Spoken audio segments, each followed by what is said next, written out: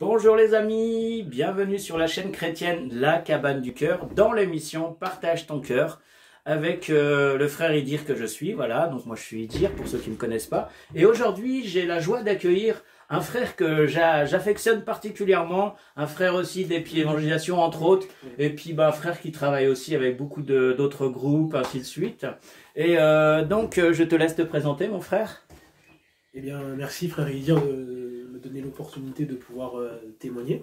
Merci à toi frère Daniel d'être venu. Gloire au Seigneur Jésus. Donc moi je suis Daniel. Donc je suis un jeune de 29 ans qui est né le 5 septembre 1990 à Créteil. Donc là je vais vous témoigner en fait comment Jésus m'a touché. Et comment est-ce que j'en suis venu aujourd'hui à pouvoir témoigner de Jésus avec le frère Idir et les frères de Épi Évangélisation et aussi d'autres groupes de frères en Christ aussi. Donc mon témoignage alors. Oui, alors Daniel, sens-toi à l'aise, sens-toi libre. Ici c'est la cabane du cœur, comme j'aime à le dire, hein, chers téléspectateurs. C'est la cabane du cœur. C'est qu'on est là pour parler de cœur à cœur, avec simplicité de cœur aussi, mais vraiment avec humilité, être soi-même. Parce que comme vous avez pu le constater, la cabane du cœur, hein, vous voyez les outils qu'il y a derrière moi, c'est vraiment très simple. Et le nom justement, mon frère Daniel, de cette émission Partage ton cœur, c'est justement, c'est le cœur qui parle avant tout et rien d'autre. Donc chers téléspectateurs, toutes les personnes que vous verrez ou que vous entendrez ici, tout simplement, ce sont des gens qui sont là juste pour partager leur cœur. Amen. Amen. Alors, comment es-tu venu à Christ, mon cher Daniel, justement? Alors, ma venue au Seigneur Jésus-Christ, alors moi ça s'est passé en fait en 2013-2014 on va dire. Et à cette date-là en fait, j'étais en recherche spirituelle. J'avais vraiment la conviction dans mon cœur qu'il existait quelque chose de plus grand que nous, de plus puissant que nous. Et j'avais vraiment besoin d'avoir la vérité dans mon cœur en fait. J'arrivais plus à vivre dans cette société et dans ce monde en étant dans une routine, on va dire, métro, études, boulot, dodo. Et donc j'ai commencé à faire mes propres recherches. Je me suis orienté d'abord vers tout ce qui était un petit peu le yoga, des choses comme ça. Parce que j'avais pas mal de connaissances qui étaient dans ces sphères-là, en fait, dans ces spiritualités-là. Et j'ai pas trouvé en fait de logique en fait. J'ai trouvé beaucoup de réponses du style la réponse est en toi. Mais est-ce que tu as cherché Dieu ou bien tu cherchais quelque chose? Une force, une puissance? Comment ça a commencé finalement? Alors je dirais que je cherchais Dieu, mais en fait Dieu a permis dans mon cheminement que je passe par différentes, on va dire, fausses spiritualités pour arriver en fait à Jésus en fait. D'accord. C'est-à-dire que par exemple du yoga où j'ai fait quelques recherches, ensuite je suis passé un petit peu à l'islam. Donc là, l'islam, j'avais aussi des amis qui étaient catholiques et qui sont devenus musulmans. Donc du coup, ça m'a permis en fait de pouvoir m'intéresser à la question de l'islam en profondeur, en achetant le Coran, en lisant ce livre.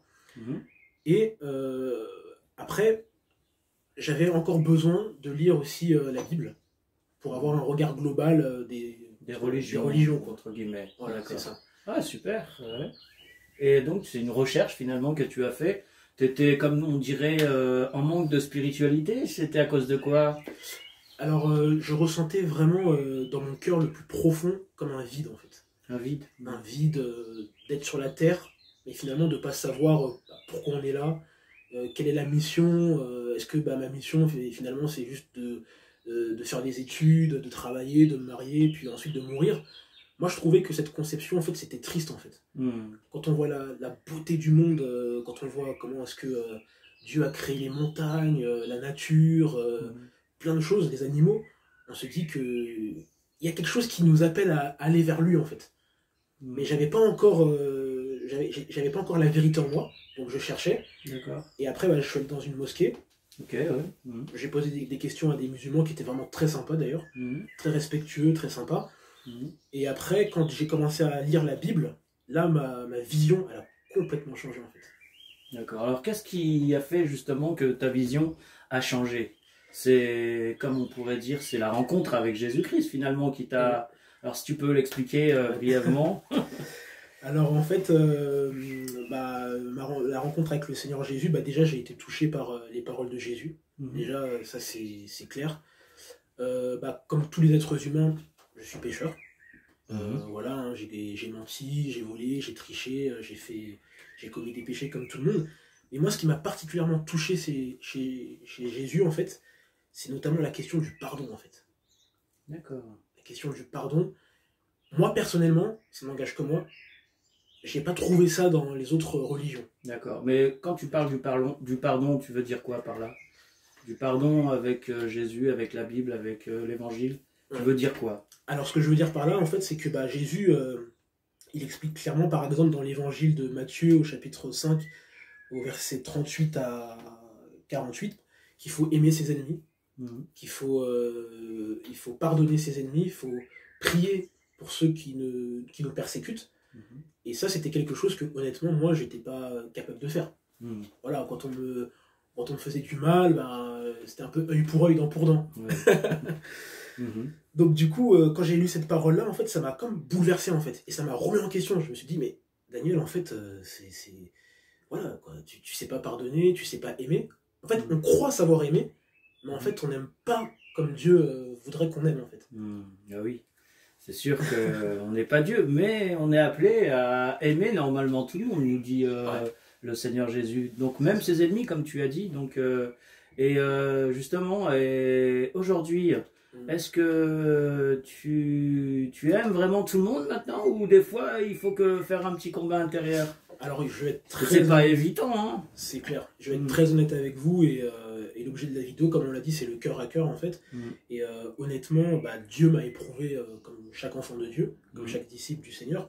Tout à fait. Et parfois, on va pas se mentir, hein, c'est difficile de pardonner sur le coup en fait.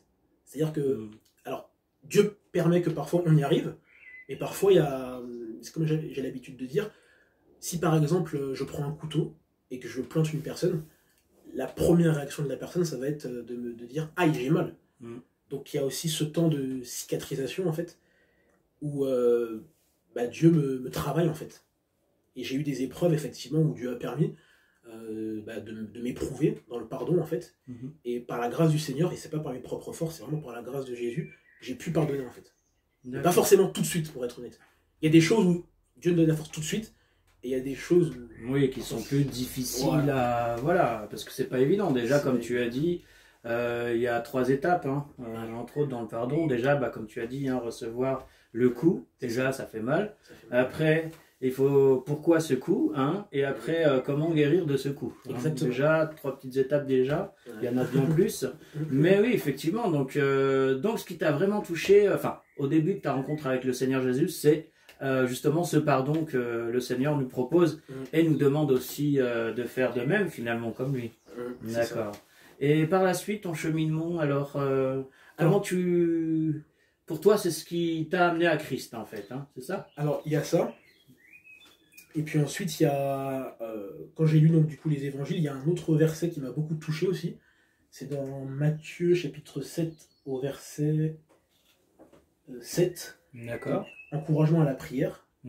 Donc Jésus dit ici, demandez et l'on vous donnera, cherchez et vous trouverez, frappez et l'on vous ouvrira, car quiconque demande reçoit, celui qui cherche trouve, et l'on ouvre à celui qui frappe. Et ce verset-là, en fait, ça m'a fait prendre conscience que Dieu est comme un père, en fait. Qu'il est là, il est présent, il nous attend, il nous entend, et il veut qu'on s'approche de lui, en fait. Et donc moi, comme je l'ai dit tout à l'heure, d'un côté, il y avait le Coran qui dit clairement que Mohammed est le dernier des prophètes, et de l'autre côté, on a la Bible qui dit que Jésus est la vérité. Donc, le chemin et la vie. Le chemin et la vie, ouais. La vérité, le chemin et la vie. Et du coup, alors... donc, du coup, je me suis dit, voilà 2 livres qui disent être la vérité. Donc, ce que je vais faire, c'est que je vais éprouver directement le Créateur, et je vais lui poser la question, dans un lieu qui est totalement neutre, c'est-à-dire ni église ni mosquée, donc en l'occurrence chez moi, et je vais prier, et je vais demander à Dieu directement, Seigneur, je suis pécheur, je reconnais que je suis pécheur, montre-moi qui est la vérité entre Jésus et Mohammed. Entre l'islam et le christianisme. Voilà. Et le bouddhisme aussi, et puis toutes les autres philosophies, et toutes les autres philosophies, sectes, religions, tout ça, ok. Voilà. Et alors, quelle était la réponse finalement? Alors, quand j'ai fait cette prière-là, c'était le soir en fait, et puis je suis parti me coucher dans la foulée, et le lendemain, je me souviendrai toute ma vie, je travaillais à l'époque en intérim à Meudon, en 92, et je sors de la gare de Meudon, et là, je vois en fait un homme qui était blanc, qui vient vers moi, un homme que je connaissais pas du tout. Hein. Je l'avais jamais vu de ma vie, je ne le connaissais pas. Et il s'approche de moi et il me dit Jésus a entendu ta prière hier soir. Tu as demandé à Dieu où est la vérité entre l'islam et entre le Coran et la Bible, et il te répond à travers ma bouche. Et cet homme me donne l'évangile de Jean et il s'en va. Waouh! Alors, est-ce que tu connaissais cet homme? Non, je connaissais pas du tout cet homme. Pas du tout. Il t'a pas dit s'il était musulman, chrétien, bouddhiste. Bon, voilà, il t'a pas parlé de tout ça non plus. Non plus. Il m'a juste dit ça. C'était peut-être un ange tout simplement qui est venu vers toi parce que il avait raison, parce que la veille tu avais demandé où est la vérité, quoi. C'est ça. Et le lendemain, Dieu a donné sa réponse. Il a envoyé un homme devant toi que tu ne connaissais pas à la sortie de ton travail. Waouh, mon frère, c'est une grâce de Dieu, dis donc. C'est incroyable et ça m'a vraiment. Là, j'ai vraiment pris conscience en fait que Dieu entend nos prières en fait, et il est vivant, qu'il est là et que on a besoin de lui en fait. Et c'est comme ça qu'après je me suis converti petit à petit et que j'ai pris mon baptême le 27 janvier 2016. D'accord. Et que j'ai intégré une assemblée évangélique. Et puis que aussi, je tiens à dire, j'ai rencontré les frères Idir et les autres frères de EPI, qui ont été vraiment les premiers frères qui m'ont beaucoup soutenu dans l'évangélisation, parce qu'au début j'étais très timide. C'est pas évident aussi quand on est nouveau converti de... C'est vrai que chez nous, et puis évangélisation, on accepte tout le monde. On n'accepte pas tout, n'importe quoi non plus, mais on accepte tout le monde, débutant comme ancien dans la foi, et on est assez ouvert, donc merci Seigneur. Mais oui, donc moi je savais pas que c'était au début aussi, parce que je trouvais que tu prêchais déjà très bien, tu enseignais, enfin tu prêchais, tu évangélisais déjà très très bien, hein, donc je me souviens de ce qui nous avait touché, enfin c'est ce qui m'avait touché moi-même, et je m'étais dit tiens Daniel, il a un bon cœur, il a un bon fond. Hein, vous savez, il y en a certains, ils viennent pour se montrer eux, pour montrer la gloire, pour se mettre en avant ou en scène, hein. Et puis d'autres, c'est pour... tout simplement, il y en a certains qui viennent pour vraiment évangéliser afin que les âmes soient sauvées. Et c'était vraiment la volonté et le cœur de Daniel. Et puis vous savez, quand on évangélise comme nous à EPI Évangélisation depuis des années, plus d'une dizaine d'années, peut-être une quinzaine d'années, je me souviens plus. Mais ce que je peux vous dire, c'est que au fil des années, on voit vraiment ceux qui viennent pour la gloire de Dieu et ceux qui viennent pour leur gloire à eux. Et ce que j'ai vu avec Daniel, je peux témoigner, donc justement je témoignais aujourd'hui, c'est que dès le départ, notre frère Daniel est venu pour évangéliser, pour que les âmes soient sauvées avec son cœur, et non pas pour la gloire des hommes, mais pour la gloire de Dieu. Alors là, je voulais insister là-dessus, parce que tu as un frère qui est humble, simple, mais vrai aussi. Amen. Amen. Et il en faut beaucoup dans les églises et dans les œuvres chrétiennes. Amen. Donc voilà, et ensuite, au fur et à mesure, le Seigneur a permis que je puisse côtoyer des frères plus expérimentés que moi dans la foi, parce que c'est important aussi. On a besoin de s'édifier les uns les autres. Tout à fait, oui. Et après, voilà, que les premières, entre guillemets, persécutions de l'ennemi viennent, soit pour te faire douter que Jésus est vraiment la vérité, soit pour te faire retomber dans les péchés, les mauvais péchés, etc. Et puis Dieu m'a donné vraiment cette force avec les frères aussi qui ont prié pour moi, pour rester vraiment ferme dans la foi. Et puis jusqu'à aujourd'hui, voilà, c'est annoncer la parole, comme a dit le frère, avec l'amour, c'est important. Comprendre qu'on a besoin que Dieu nous corrige aussi dans son amour en fait. C'est pas pour nous rabaisser, mais c'est pour nous faire comprendre qu'on a besoin vraiment d'évoluer, de grandir un petit peu. Tout à fait, oui, tout à fait. Et en même temps, est-ce que durant justement ton cheminement, il y a eu justement beaucoup de problèmes? Est-ce que tu as rencontré des difficultés depuis le jour où tu as accepté Jésus jusqu'à maintenant, ou tout a été toujours plus ou moins tranquille? Non, il y a eu quand même des moments qui ont été parfois difficiles, hein. Sincèrement, que ce soit dans mon travail, je travaille en intérim, dès que j'étais parfois amené à parler de Jésus, soit ça ne plaisait pas, soit on m'avait même viré d'un job, parce que j'avais dit clairement que le dimanche, je partais à l'église, donc ça n'avait pas plu en fait. Juste parce que tu as dit que tu partais à l'église le dimanche? C'est ça. Et... Parce qu'en fait, mon responsable, en fait, il était de confession musulmane, en fait. D'accord. Et il m'avait demandé de travailler, en fait, le dimanche. Mmh. C'était pas obligatoire. Mmh. Et donc, du coup, je lui ai dit que ce dimanche-là, je pouvais pas. Parce que je devais aller dans... Il m'a dit pourquoi. Donc, je lui ai répondu parce que je dois aller dans mon assemblée avec des frères chrétiennes, des frères chrétiens. Et il m'a dit, si c'est comme ça, écoute, tu bosseras plus chez nous, quoi. Et donc, du coup, ils m'ont viré. Ouais, enfin, il voulait plus un esclave voilà. qu'autre chose, celui-là. Voilà, donc des fois, le Seigneur permet justement de fermer certaines portes et d'en ouvrir d'autres. Amen. Et alors, qu'est-ce que tu fais maintenant aujourd'hui?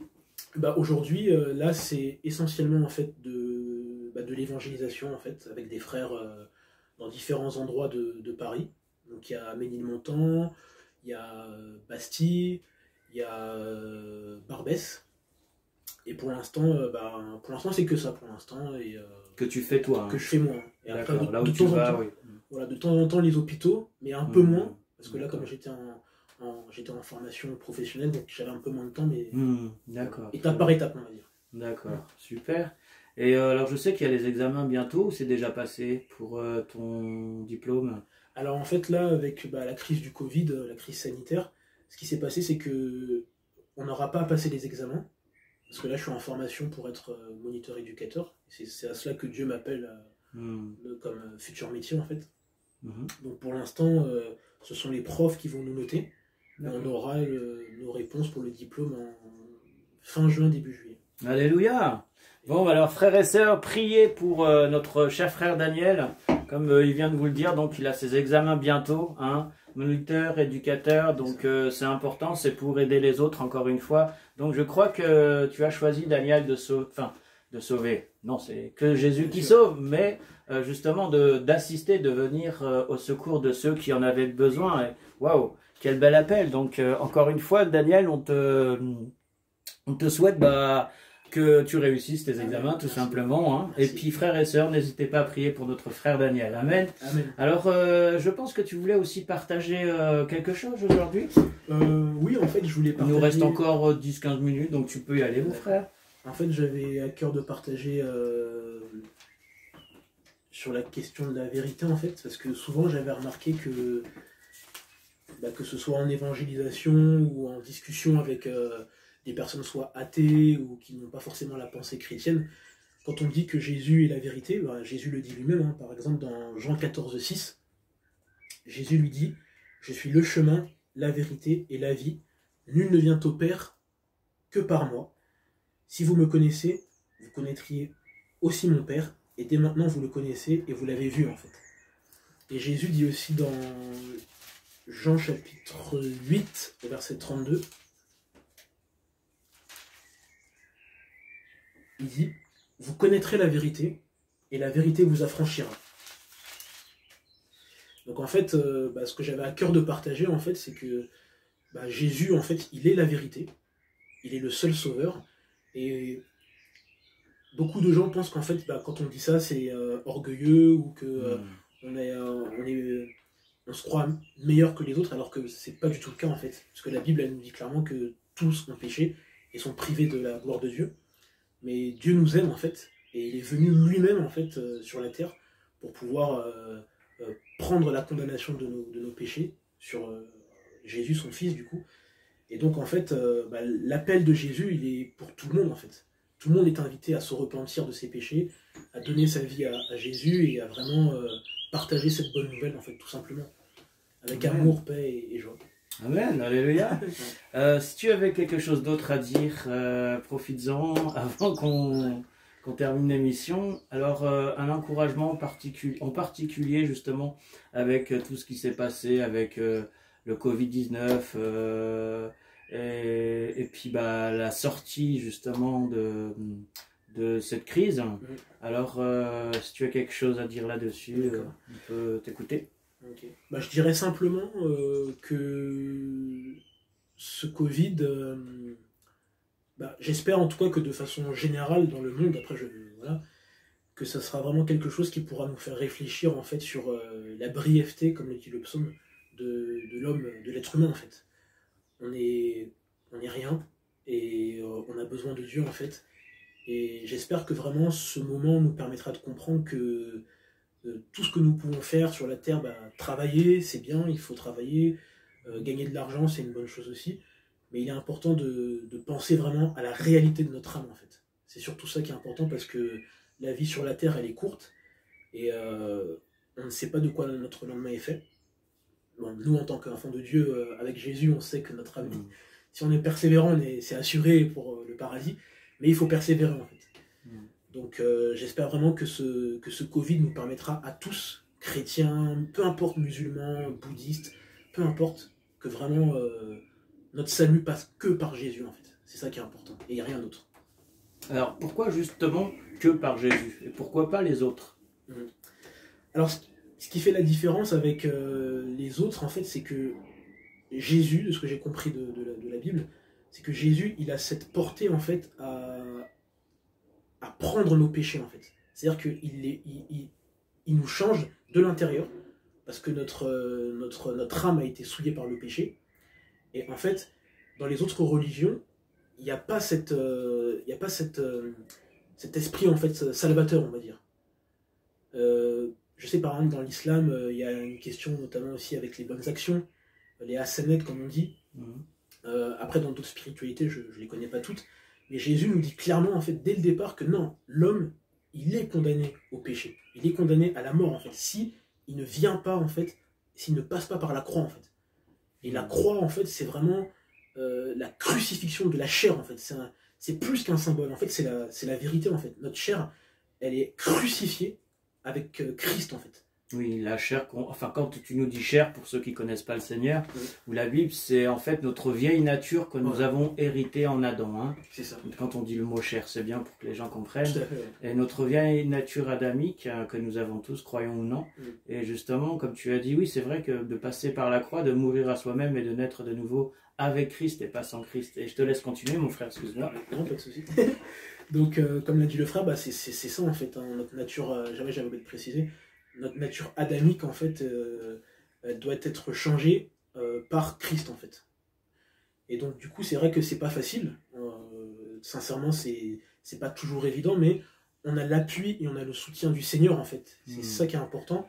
Et voilà en fait. Et moi juste pour finir, ce que j'encourage toutes les personnes en fait, c'est de vraiment demander à Dieu directement en fait. Si vous avez un doute dans votre cœur, posez-lui la question, demandez un signe à Dieu qui vous montre qui est vraiment Jésus, qui vous montre la vérité entre les religions, et Dieu répond en fait. Moi j'en suis la preuve, mon frère ici présent est la preuve, donc Dieu il répond en fait. Et il faut le chercher avec un cœur sincère en fait. Amen, alléluia. Ah, gloire à Dieu, ça fait plaisir de voir des frères et sœurs qui... On a un peu un témoignage un peu, pas similaire, mais presque. C'est vrai que moi aussi j'ai demandé à Dieu si tu existes. Déjà si tu existes, révèle-toi à moi. J'étais sincère comme tu l'as dit. Et aussi j'ai dit à Dieu, une fois qu'il s'est révélé à moi, je lui ai demandé quelque chose. Alors bon, c'est pas pour quelque chose de mauvais, attention, faites pas ça. Hein. Mais ce que j'ai demandé, il me l'a exaucé. Enfin, il m'a exaucé. Et c'est bien plus tard après que j'ai trouvé le Seigneur Jésus. Et c'est même pas moi qui étais vers lui. Mais comme toi, j'étais dans des religions. Mais bon, finalement, je n'avais pas trouvé tant de vérité que ça. Et puis, de toute façon, hein, on est né pécheurs et on va mourir pécheurs. Mais le ciel, c'est pas pour les pécheurs. Donc, on a tous péché. Donc, je me suis dit, là, c'est bon, on est tous foutus. Donc, c'est pas la peine. Puis, un jour, je rêve de Jésus. Et puis, un jour, je donnerai mon témoignage. Puis, dans ce rêve où je vois Jésus, je croyais connaître Jésus, hein, et puis finalement, parce que j'avais lu, comme toi Daniel, des livres, ainsi de suite, et religieux ou non, bouddhistes et tout ce qu'on veut, enfin dans le bouddhisme, dans le judaïsme, dans le christianisme, dans l'islam, dans plein de choses, et puis donc c'est là où justement un jour je rêve de Jésus, parce que c'est bien, on peut dire qu'on vient à Christ, mais mon frère, ma sœur, pose-toi cette question, toi qui es chrétien, pourquoi est-ce que tu es venu à Jésus? c'est qu'il y a une raison. Donc je t'invite justement à venir partager, frères et sœurs qui écoutaient cette émission. Je vous invite à me contacter tout simplement sur la chaîne chrétienne de YouTube. Le titre c'est La Cabane du Cœur dans la mission Partage ton cœur. Ou bien vous nous contactez par le 07 81 73 46 31. C'est mon numéro. Donc si vous avez un témoignage fort, si vous avez à partager quelque chose de pas courant, mais qui peut aussi toucher d'autres personnes et aussi bénir d'autres personnes, c'est surtout le but de cette émission, comme Daniel est en train de le faire. N'hésitez pas à me contacter. Et je vais terminer. Alors il nous reste encore 10 minutes, Daniel, ou peut-être 5 minutes. Donc si tu as encore quelque chose à partager, tout simplement, pour tous ceux qui sont comme toi, qui ont le même âge que tu as, quel âge déjà? 29. 29 ans. Donc si tu avais à partager à ta génération justement, aujourd'hui. Ouais, mais, si tu veux bien, on va finir là-dessus. Oui, bien sûr, pas de souci. À la jeune génération, du coup à ma génération, je leur dirais simplement de chercher Dieu en fait, tout simplement, quelle que soit votre situation financière, sociale, le Seigneur il est là pour tout le monde en fait, il est là pour tout le monde, et comme j'ai dit tout à l'heure, en fait la jeunesse ça passe très vite. Moi hier j'avais 18 ans, aujourd'hui j'en ai 29, donc on ne sera pas amené à rester jeune toute notre vie. Et le Seigneur aussi utilise aussi les jeunes. Et voilà, hein, le seul conseil que j'ai à donner, c'est vraiment de se poser les bonnes questions et de chercher Dieu, en fait, c'est important. On a vraiment besoin de Dieu parce que, voilà, hein, la Bible aussi, elle parle aussi des prophéties à venir. Et sans faire peur non plus à ceux qui ne croient pas en Dieu. Mais dans l'Apocalypse, il y a quand même des événements mondiaux qui vont se passer et qui sont quand même, voilà. Ouais, qui ont déjà commencé. Qui ont déjà commencé, exactement. Certains parlent de nouvel ordre mondial, de choses comme ça, je ne vais pas rentrer dans les détails, mais c'est des choses qui ne vont pas arriver dans 400 ans, en fait. Hein. Il suffit d'observer un petit peu le monde géopolitique dans lequel on est. Donc, voilà. Alors, vous qui êtes jeunes, cherchez Jésus, il sera là. Il est là pour vous, il vous aime, il nous aime, et merci Seigneur pour tout. D'accord. Alors, juste un mot de fin ou un verset si tu as à cœur. Oui. Alors, je dirais que là, je me laisse guider par Dieu. Là, je tombe sur un passage où Jésus guérit un aveugle-né, en fait. Et je vais lire très rapidement. Jésus vit en passant un homme aveugle de naissance. Ses disciples lui posèrent cette question: Rabbi, qui a péché, cet homme ou ses parents, pour qu'il soit né aveugle? Jésus répondit: ce n'est pas que lui ou ses parents aient péché, mais c'est afin que les œuvres de Dieu soient manifestées en lui, en fait. Et là, dans ce passage, Jésus guérit un aveugle-né. En fait, je voulais simplement dire que nous sommes tous aveugles sans Jésus. Amen. Voilà. Très juste, mon frère, très juste. Amen. Alors, content, Daniel, d'être avec toi à l'émission. Donc, on vous dit à très bientôt pour une future émission sur la chaîne chrétienne La Cabane du Cœur dans l'émission Partage ton cœur. Soyez bénis, à très bientôt. Bye. Soyez bénis, frères et sœurs.